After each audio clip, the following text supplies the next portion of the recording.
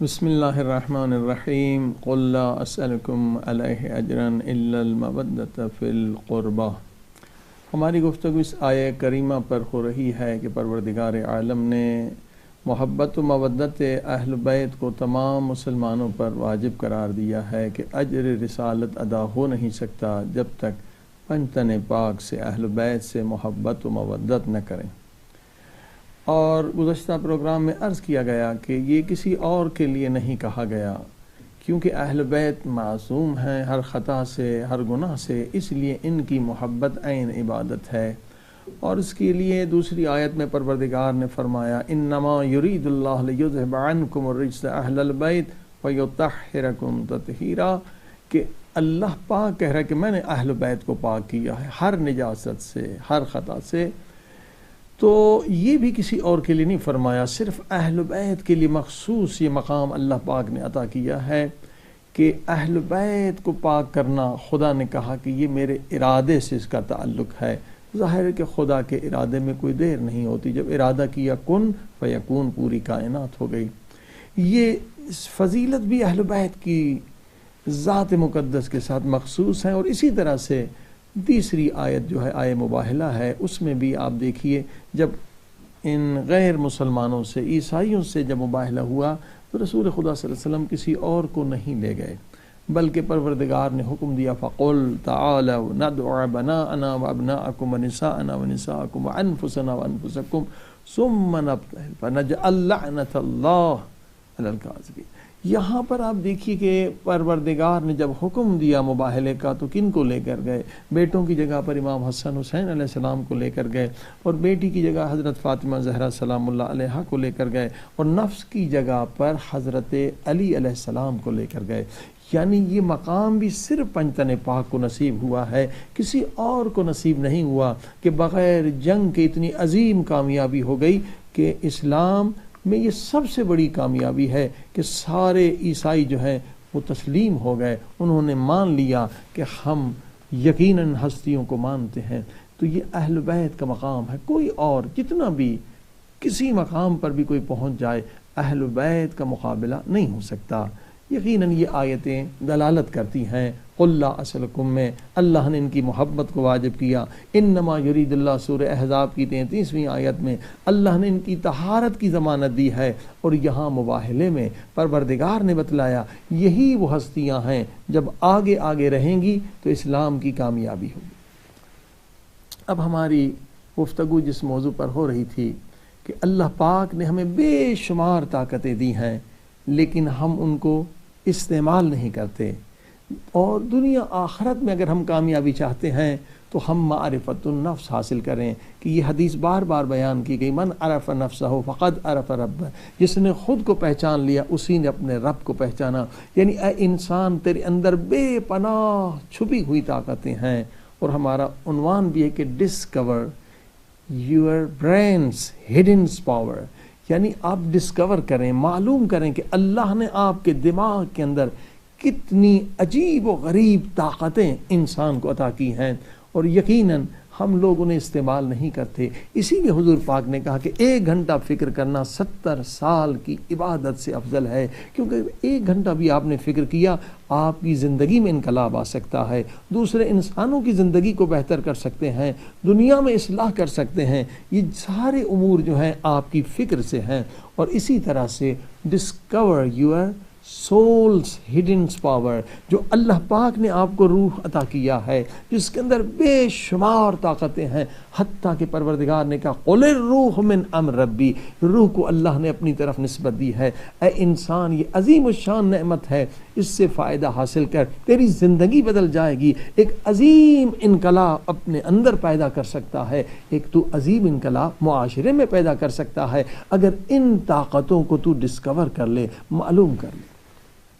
اب دیکھیے وجہ کیا ہے کہ کیوں ہم ان طاقتوں سے محروم ہیں، ہمارے اندر ہیں، ہمارے وجود کے اندر ہیں، لیکن اس سے ہم کوئی فائدہ حاصل نہیں کرتے۔ روح ہمارے اندر ہے، برین ہمارے اندر ہے، ہم دوسری چیزوں کو زیادہ استعمال کرتے ہیں، زبان کو، پیٹ کو، ہاتھ کو، پاؤں کو، مگر فکر کو ہم استعمال ہی نہیں کرتے۔ سالوں گزر جاتے ہیں، کبھی ہم نے 1 گھنٹہ بیٹھ کے فکر نہیں کیا۔ جب حدیث کرے 1 گھنٹہ فکر کرو 70 سال کی عبادت سے افضل ہے۔ کیوں، وجہ کیا ہے؟ اب یہاں مولا حسین علیہ الصلوۃ والسلام دعائے عرفہ میں اس کی وجہ بھی بتاتے ہیں کہ کیوں انسان ڈسکور نہیں کر سکتا، 70 سال ہو یا 100 سال عمر ہو، لیکن جب تک ہم اہل بیت کے فرامین پر، قرآن کی آیتوں پر عمل نہیں کریں گے، ہم کسی بھی روحانی طاقت کو ڈسکور نہیں کر سکتے، حاصل نہیں کر سکتے، محروم رہیں گے اور ایسے ہی قبر میں چلے جائیں گے ناکامی کے ساتھ۔ لہٰذا مولا حسین کیا فرماتے ہیں، کیوں ہم نہیں دیکھتے؟ ہمارے اندر برین ہمارے اندر ہے، مائنڈ ہمارے پاس ہے، روح ہمارے پاس ہے، مگر ان کی طاقتوں کو ہم نہیں دیکھ سکتے۔ وجہ کیا ہے؟ مولا حسین علیہ الصلوۃ والسلام فرماتے عمیت عینن، اللہ اکبر، اندھی ہے وہ آنکھ، وہ انسان کی باطنی آنکھ اندھی ہے۔ کون؟ وہ انسان دیکھ نہیں سکتا، وہ انسان اندھا ہے، برین کے پاورز کو نہیں دیکھ سکتا، روح کی طاقتوں کو نہیں دیکھ سکتا۔ مولا حسین سے پوچھے کون اندھا ہے جو نہیں دیکھ سکتا؟ فرمایا جو انسان خود کو خدا کے حضور میں حاضر نہ سمجھے۔ اللہ اکبر۔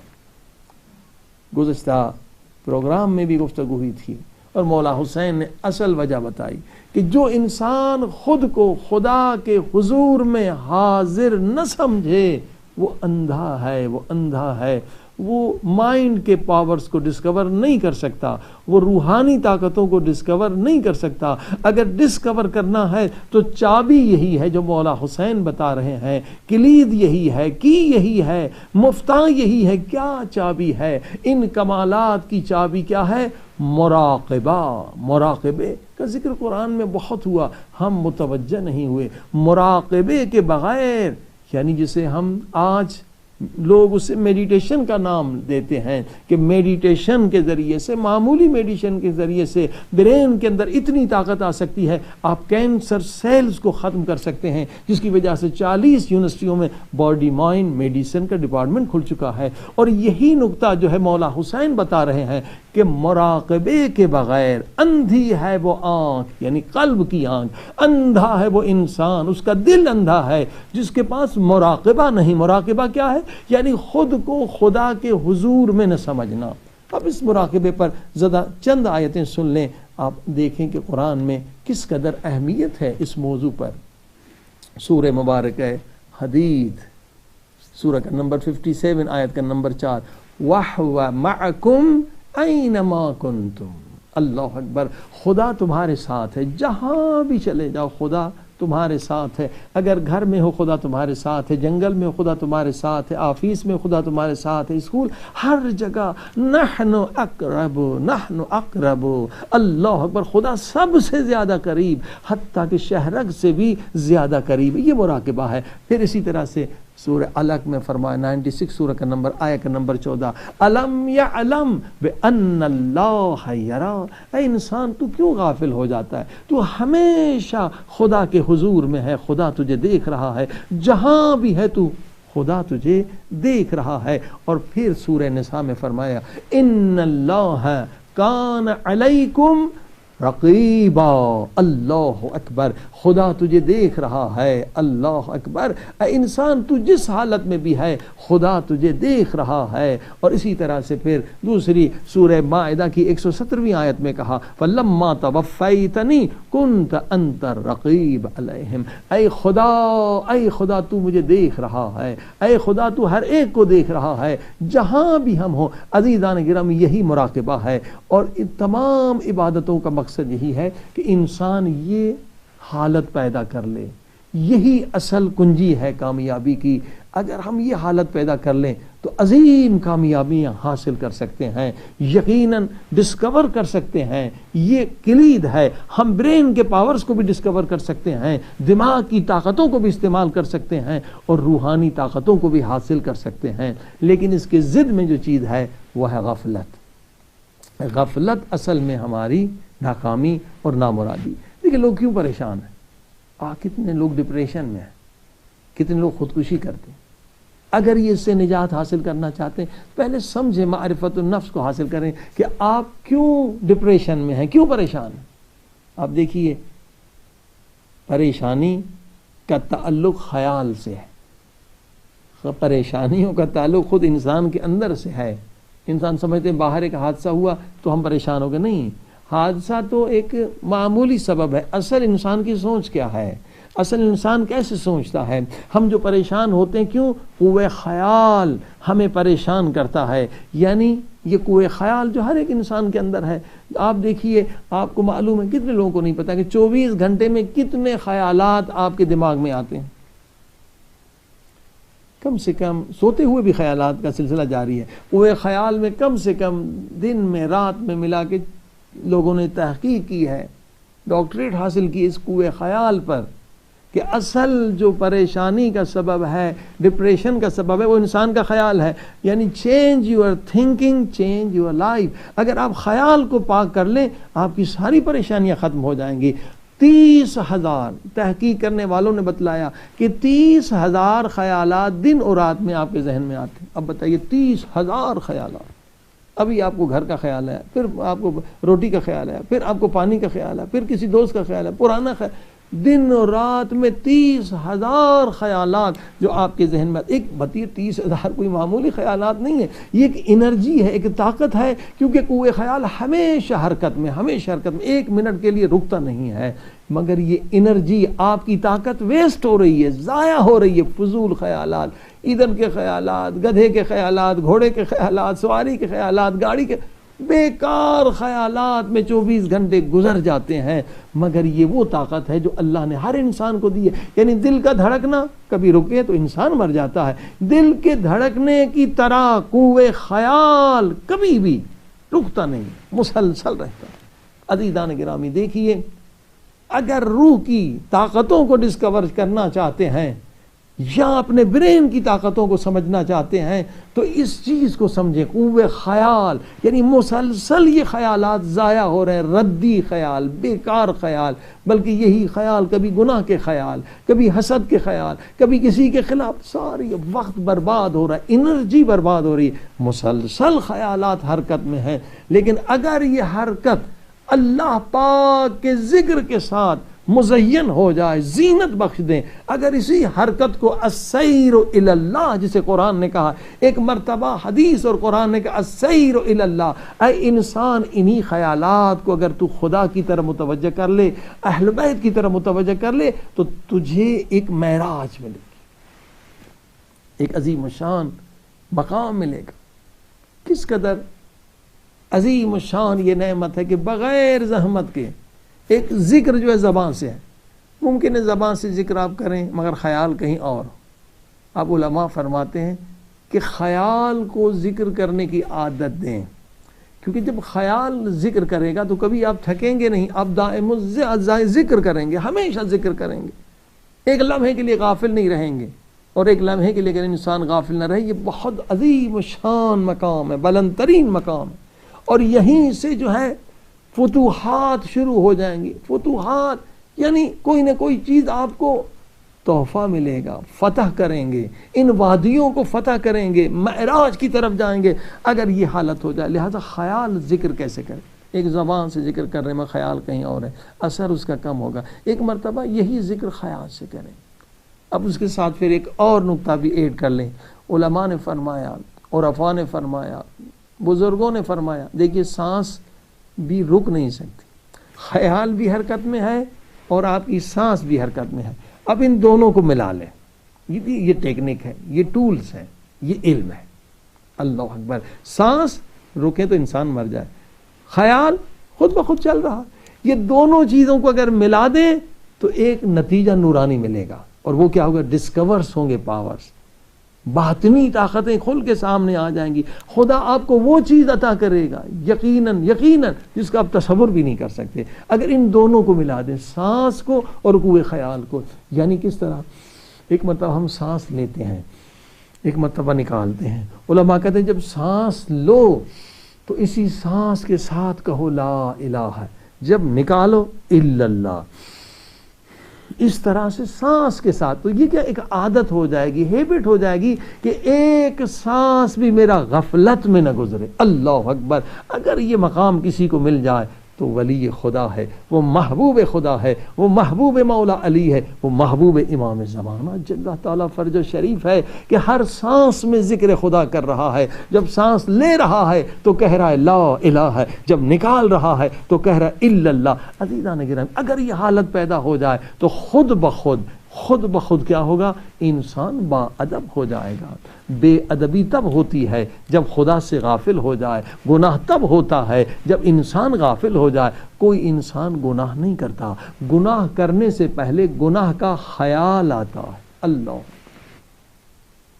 اسے واقعاً جیسے ہم لوگ کہتے ہیں کہ $1 ملین پوائنٹس، اس سے بھی زیادہ یہ اہم بات ہے حضرت عیسیٰ علیہ السلام نے بتلائی کہ گناہ کا خیال بھی نہ کرو، کیونکہ پہلے خیال آتا ہے پھر گناہ کرتا ہے۔ ایسے کوئی گناہ نہیں کرتا، فلم دیکھنے کا خیال، برے کام کا خیال، جوا کا خیال، نشے کا، پہلے خیال آتا ہے۔ لیکن جو انسان خیال ہی کو پاک کر لے تو کیا کہنا، اس نے شیطان کے سارے راستے بند کر دیے۔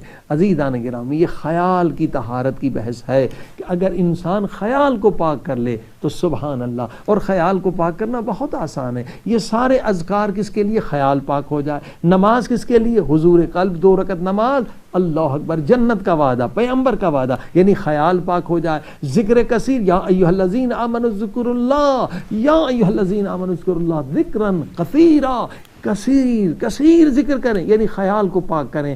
دعا کیا ہے؟ خیال کو پاک کریں۔ اب آپ نے دیکھا یہ ساری چیزیں جو ہیں خیال کی طہارت کے لیے ہیں۔ اگر خیال پاک ہو گیا تو جو بھی پریشانیاں ہیں وہ خیال میں ہوتی ہیں۔ جب خیال آتا ہے پریشانی کا تو انسان پریشان کرتا ہے۔ اب اس کو یوں سمجھیے کہ دنیا میں آزاد لوگ بہت کم ہیں۔ کتنے لوگ ہیں جن کو اپنے خیال پہ کنٹرول ہے، اور یہی آزاد ہے، یہی متقی ہیں، یہی سب سے زیادہ خوشحال ہیں، یہی اصل عبادت کی لذت حاصل کر رہے ہیں، یہی عاشق خدا ہیں۔ عزیزان گرامی، جس بیچارے انسان کو اپنے خیال پہ کنٹرول نہیں ہے تو وہ بیچارہ آزاد کہاں، یہ غلام ہے کہ خیال پہ کنٹرول نہیں، کبھی ادھر کا خیال، کہیں بازار کا خیال، کبھی سبزی کا خیال، کبھی زمین کا خیال۔ یہ بیچارہ انسان مجبور ہے، اپنے خیال کا حاکم نہیں ہے۔ اللہ اکبر، یہ بدترین غلامی ہے، یہ کمزوری ہے۔ حدیث ہے، پیاری حدیث، حضور پاک صلی اللہ علیہ وسلم فرماتے ہیں خدا جب کسی کو ذلیل کرنا چاہتا، اللہ اکبر، قرآنی حدیث، خود کو بدلنے کے لیے بہترین حدیث ہے، خدا جب کسی کو ذلیل کرنا چاہتا ہے خدا اسے نہ علم دیتا ہے اور نہ خدا اسے ادب سکھاتا ہے، یعنی ادب کی توفیق نہیں ہوتی۔ یہ کچھ گناہوں کی وجہ سے خدا تو چاہتا ہے ہر ایک کو علم مل جائے، لیکن کچھ ظلم ایسے ہیں، گناہ ایسے، پھر خدا اس ظالم کو علم بھی نہیں دیتا اور اسے توفیق ادب نہیں۔ عزیز، جب خیال پاک ہو جائے تو کیا ہوتا ہے؟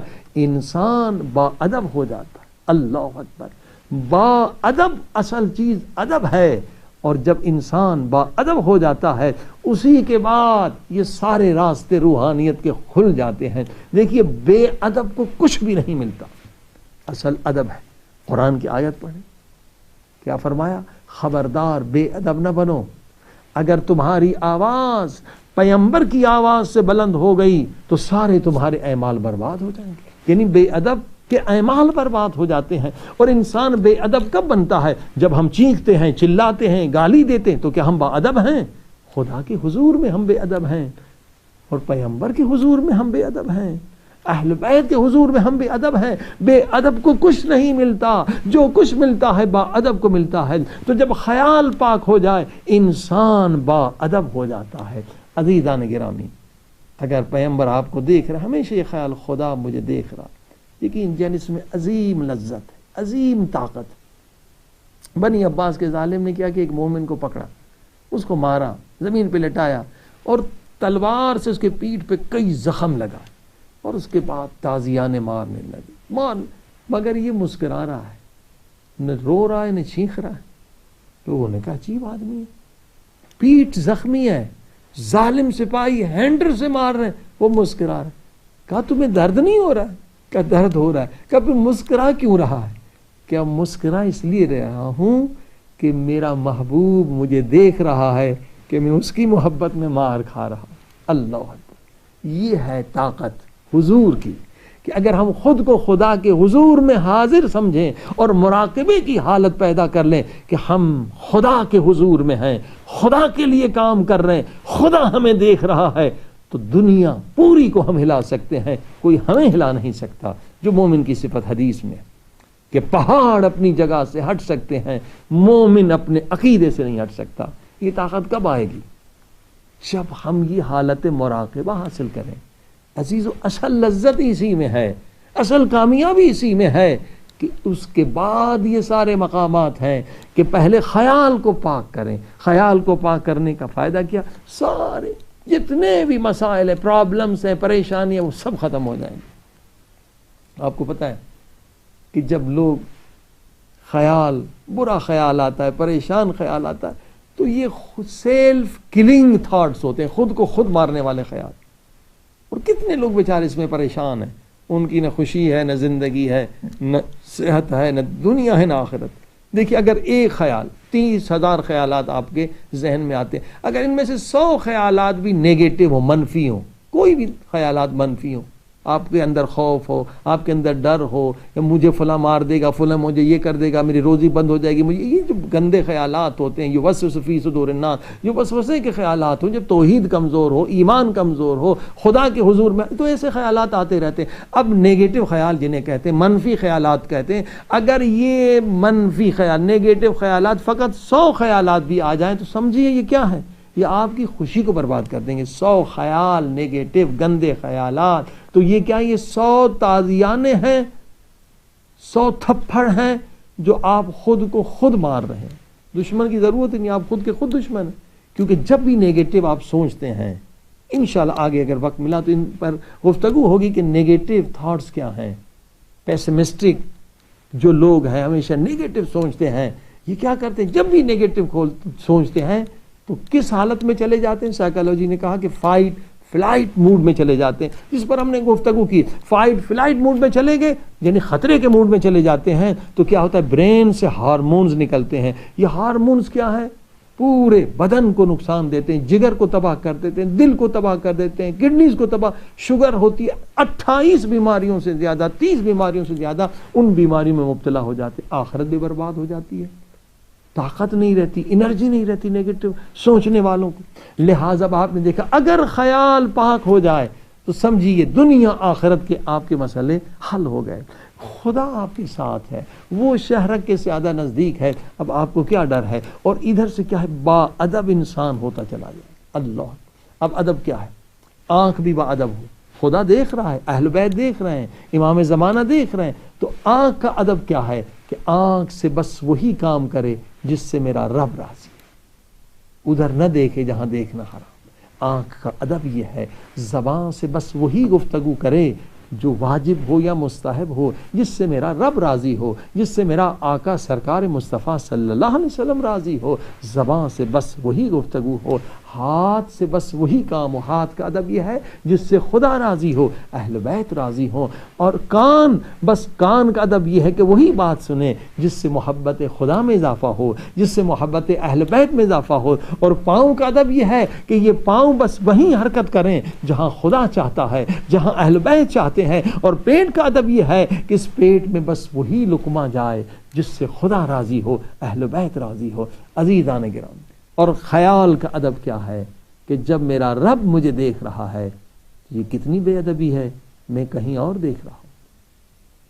استاد امام خمینی آیت اللہ ملکی تبریزی کہتے ہیں، اپنے نفس سے کہتے، بڑے پیارے جملے، اے نفس، گناہوں پہ تو رونا ہے، مگر تو نے اپنی عبادتوں پہ بھی رونا ہے کہ تیری عبادتیں ناقص ہیں۔ نماز تو پڑھتا ہے، سورہ الحمد پڑھتا ہے، سورہ الحمد میں تیرا رب تجھ سے بات کر رہا ہوتا ہے اور تو پیٹھ دے کے کھڑا ہو جاتا ہے۔ اللہ اکبر، وہ کیا ہے؟ واقعاً قرآن یعنی کلام خدا، خدا ہم سے بات کر رہا ہے، اور ہم اسکول چلے جاتے ہیں، اسکول کا خیال، بازار کا خیال، یعنی خدا کو پیٹھ دے رہے ہیں۔ لہذا خیال کا ادب یہ ہے کہ ایک نظر کرم اگر خدا ہم سے ہٹا لے، نہ ہمارا وجود رہے، نہ ہماری نشانی رہے۔ یہ اس کا کرم ہے کہ ہمارا وجود اس کے کرم پر ہے۔ تو جب مسلسل اس کے کرم کی بارش ہو رہی ہے، تو یہ کتنی بے حیائی ہے، یہ کتنی بد اخلاقی ہے، یہ خلاف ادب ہے کہ خدا مجھے دیکھ رہا ہے اور میں کسی اور کو دیکھ رہا ہوں. عزیزان گرامی، واقعاً یہ ادب ایک عظیم و شان تبدیلی لائے گا. اور اس کے بعد اس ادب کے ساتھ ذکر بھی، انسان دیکھے بھی میں کتنا ادب. اسی لیے اہل بیت نے نسخے بتلائے کہ آیا آپ طہارت کی منزل پر پہنچ گئے، ٹیسٹ کرنا ضروری ہے. سول کے پاورز ڈسکور ہوئے یا نہیں، اس کے لیے فرمایا یہ ذکر اسی لیے کہ دیکھو چیک کرو، خلوت میں پڑھو الاحد، اللہ کی تعریف، اللہ کا ذکر، اللہ کا نام، الاحد. الاحد 1000 مرتبہ پڑھ کے دیکھو خلوت میں. اگر تمہارے روح کے اندر طہارت ہو گئی تو یقیناً تمہیں خدا ایک فرشتے سے ملاقات کرائے گا. اگر ملاقات نہیں ہوئی جبکہ آپ مراقبہ کر رہے ہیں، یعنی کچھ رکاوٹیں ہیں، اور ان رکاوٹوں پر بھی ہم گفتگو کریں گے آئندہ مجالس میں جا کے کہ یہ مراقبہ، یہ خلوت، یہ ڈسکور کرنا روح کی طاقتیں اور برین کی کلید، اس کی چابی تو مراقبہ ہے. ہمیشہ حالت حضور میں رہیں، ہمیشہ خود کو خدا کی دربار میں رہیں. لیکن اس کے لیے بہت ساری رکاوٹیں بھی ہیں. شیطان دشمن ہے، شیطان بھلا دیتا ہے. اس کو کیسے ختم کیا جائے، یقین اس پر بھی گفتگو ہوگی کہ کتنی رکاوٹیں ہیں جن کو ہٹانا ہمارے لیے لازم ہے. آئیے اگر مراقبہ سیکھنا ہے کربلا والوں سے سیکھیں. مولا حسین کے جسم پر اتنے زخم تھے، اتنے زخم تھے، شاید کوئی شمار بھی نہ کر سکے. اس کی وجہ یہ تھی کہ روایتوں میں کہ اگر ایک جگہ پر کسی نے تلوار ماری تھی تو دوسرے ظالم نے وہیں پہ آ کے نیزہ مارا تھا، اور تیسرے ظالم نے وہیں پر آ کے پتھر مارا تھا. زخم کے اوپر زخم تھے. مگر اللہ اکبر، مولا حسین تیری جرت پہ سلام، مولا حسین تیرے عشق خدا پہ سلام، مولا حسین تیری نماز پر سلام. الحمدللہ زخموں سے چور چور ہیں صحرا کے لال، مگر عاشق عبادت ہیں، عاشق نماز ہے. اور نماز کیا عشق کی نماز ہے. نماز میں اللہ اکبر ذکر خدا کر رہے ہیں، اور کیا فرما رہے ہیں نماز کے بعد، اے خدا میری یہ قربانی قبول فرما. اللہ اکبر. عزیزان گرامی، عشق سے بھری ہوئی ہے داستان کربلا، عشق سے بھری ہوئی ہے داستان کربلا. ایک ایک لمحہ عشق خدا سے بھرا ہوا ہے. آئیے مولا حسین پہ سلام، چند جملے مصائب کی عرض کریں. السلام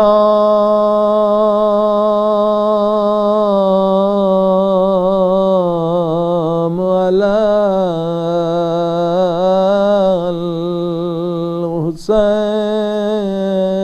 الحسین. مولا آپ کے آخری سجدے پہ ہمارا سلام. مولا حسین کا سر سجدے میں ہے، چاروں طرف ظالم قاتل آئے ہیں قتل کرنے کے لیے. ظالم کھڑے ہیں مولا حسین کو قتل کر. کچھ ظالم ڈر رہے ہیں، کچھ کہہ رہے ہیں زندہ ہے حسین، کچھ کہہ رہے ہیں نہیں شہید ہو گیا. اس حالت میں شمر ملعون نے بڑا ظلم کیا. سنیں گے کیا ظلم کیا. شمر ملعون نے کہا یزیدیو اگر معلوم کرنا ہے حسین زندہ ہے یا شہید ہو گئے ہیں ابھی معلوم ہو جائے گا. سنیں گے شمر نے کیا ظلم کیا. شمر ملعون نے بلند آواز سے فریاد کی. کیا فریاد؟ آئے خیمہ بے حملہ کرو، آئے خیمہ بے حملہ کرو، زینب کلثوم کی چادریں چھینو. مولا حسین کے پورے بدن سے خون بہ چکا تھا، بہت کمزور تھے، مگر میں قربان حسین مولا آپ کی غیرت پہ ایک مرتبہ سجدے سے اٹھے اور گھٹنے کے بل کھڑے ہو گئے۔ حسین نے اٹھنا چاہا مگر نہ اٹھ سکے، فرمایا اے ظالموں، اگر قتل کرنا ہے تو مجھے قتل کرو، مگر یہ نبی کی نوازیاں ہیں، یہ علی کی بیٹیاں ہیں، ان کا احترام قرآن کریم میں موجود ہے۔ ایک مرتبہ حسین دائیں دیکھا، ایک مرتبہ بائیں دیکھا، فریاد کی عباس کہاں ہو علی اکبر